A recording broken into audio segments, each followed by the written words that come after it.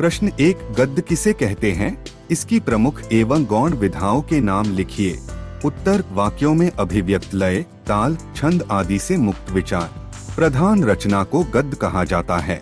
हिंदी गद्य की प्रमुख विधा: पहला निबंध, दूसरा नाटक, तीसरा कहानी, चौथा एकांकी, पांचवा उपन्यास। हिंदी गद्य की गौण विधा: पहला रेखाचित्र, दूसरा संस्मरण, तीसरा आत्मकथा, चौथा जीवनी, 5 रिपोर्टाज। प्रश्न 2, नाटक एवं एकांकी में अंतर लिखिए। उत्तर, नाटक एवं एकांकी में अंतर निम्न है। पहला, नाटक में अनेक अंक होते हैं जबकि एकांकी में 1 अंक होता है।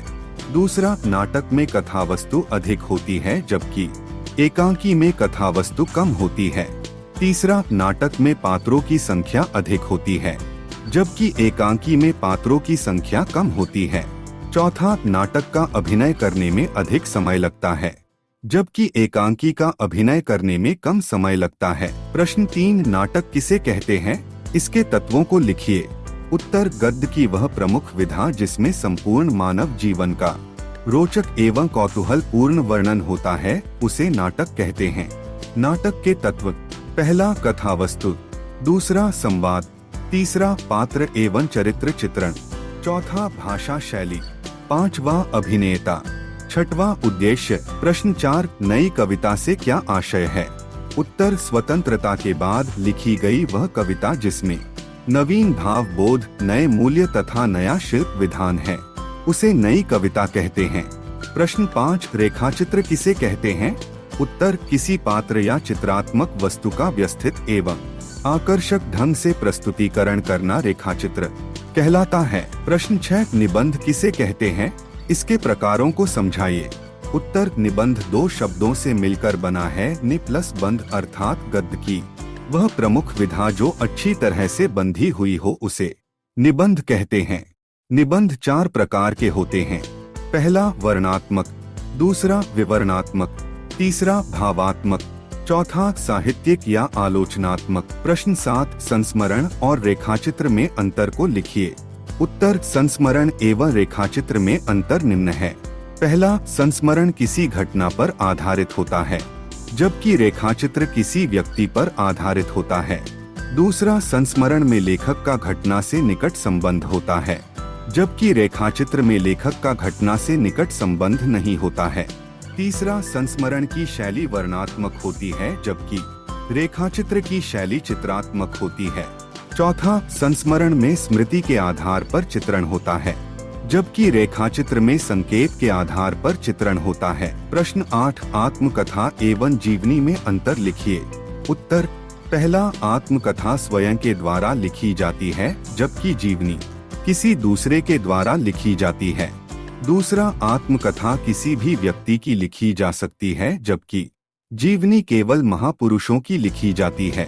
तीसरा, आत्मकथा सत्यता पर आधारित होती है जबकि जीवनी अनुमान पर आधारित होती है। चौथा, आत्मकथा में कथात्मक शैली का प्रयोग किया जाता है जबकि जीवनी में वर्णात्मक शैली का प्रयोग किया जाता है। पांचवा, आत्मकथा का उदाहरण है क्या भूलूं क्या याद करूं जबकि जीवनी का उदाहरण है कलम का सिपाही। प्रश्न 9, कहानी एवं उपन्यास में अंतर लिखिए। उत्तर, कहानी एवं उपन्यास में अंतर निम्न है। पहला, कहानी का आकार छोटा होता है जबकि उपन्यास का आकार बड़ा होता है। दूसरा, कहानी को पढ़ने में कम समय लगता है जबकि उपन्यास को पढ़ने में अधिक समय लगता है। तीसरा, कहानी में पात्रों की संख्या कम होती है जबकि उपन्यास में पात्रों की संख्या अधिक होती है। चौथा, कहानी का क्षेत्र सीमित होता है जबकि उपन्यास का क्षेत्र व्यापक होता है। प्रश्न 10, रिपोर्टाज क्या है? समझाइए। उत्तर, हाल ही में घटी घटना तथा लेखक के द्वारा प्रत्यक्ष देखी गई घटनाओं का अंतरंग अनुभव के साथ किया गया वर्णन रिपोर्टाज कहलाता है। प्रश्न 11, कहानी के तत्वों के नाम लिखिए। उत्तर, कहानी में निम्न तत्व शामिल होते हैं। पहला, कथावस्तु, दूसरा पात्र, तीसरा देश काल और वातावरण, चौथा कथोपकथन, पांचवा भाषा शैली, छठवां उद्देश्य। प्रश्न 12, उपन्यास किसे कहते हैं? उत्तर, युग की गतिशील पृष्ठभूमि पर सहज शैली में स्वाभाविक जीवन की पूर्ण झांकी प्रस्तुत करने वाले गद्य को उपन्यास कहते हैं। प्रमुख उपन्यासकार मुंशी प्रेमचंद, अमृतलाल नागर। प्रश्न 13, शब्द शक्ति किसे कहते हैं? इसके भेदों को समझाइए। उत्तर, शब्द एवं अर्थ दोनों मिलकर काव्य की रचना करते हैं। इन दोनों में गहरा संबंध होता है। इस संबंध को जिस शक्ति के द्वारा ज्ञात किया जाता है उसे शब्द शक्ति कहते हैं। शब्द शक्ति के 3 भेद होते हैं। पहला, अभिधा शब्द शक्ति। दूसरा, लक्षणा शब्द शक्ति। तीसरा, व्यंजना शब्द शक्ति। प्रश्न 14, एकांकी से क्या आशय है? इसकी विशेषताओं को समझाइए। उत्तर, गद्य की वह प्रमुख विधा जिसमें जीवन के किसी एक पहलू या महत्वपूर्ण घटना का चित्रण किया जाता है उसे एकांकी कहते हैं। एकांकी में निम्न तत्व होते हैं। पहला, कथा वस्तु। दूसरा, पात्र एवं चरित्र चित्रण। तीसरा, संवाद या कथोपकथन। चौथा, देश काल एवं वातावरण। पांचवा, भाषा शैली। छठवां, उद्देश्य। सातवां, अभिनेता। विशेषताएं। पहला, एकांकी में केवल एक कथा होती है। दूसरा, एकांकी में कथा वस्तु कम होती है। तीसरा, एकांकी उद्देश्य पूर्ण होता है। चौथा, एकांकी में कोई गौण प्रसंग नहीं होता है। प्रश्न 14, क्रिया विशेषण क्या है? उत्तर, जो शब्द क्रिया की विशेषता बताते हैं वे क्रिया विशेषण कहलाते हैं। जैसे वह प्रतिदिन पढ़ता है।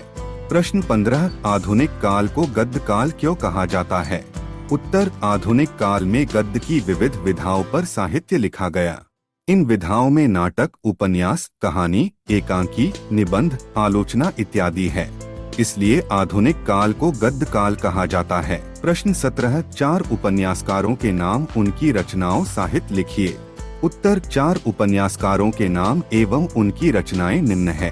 पहला, वृंदावन लाल वर्मा, इनकी रचना है मृगनयनी। दूसरा, त्रगेय राघव, इनकी रचना है मुर्दों का टीला।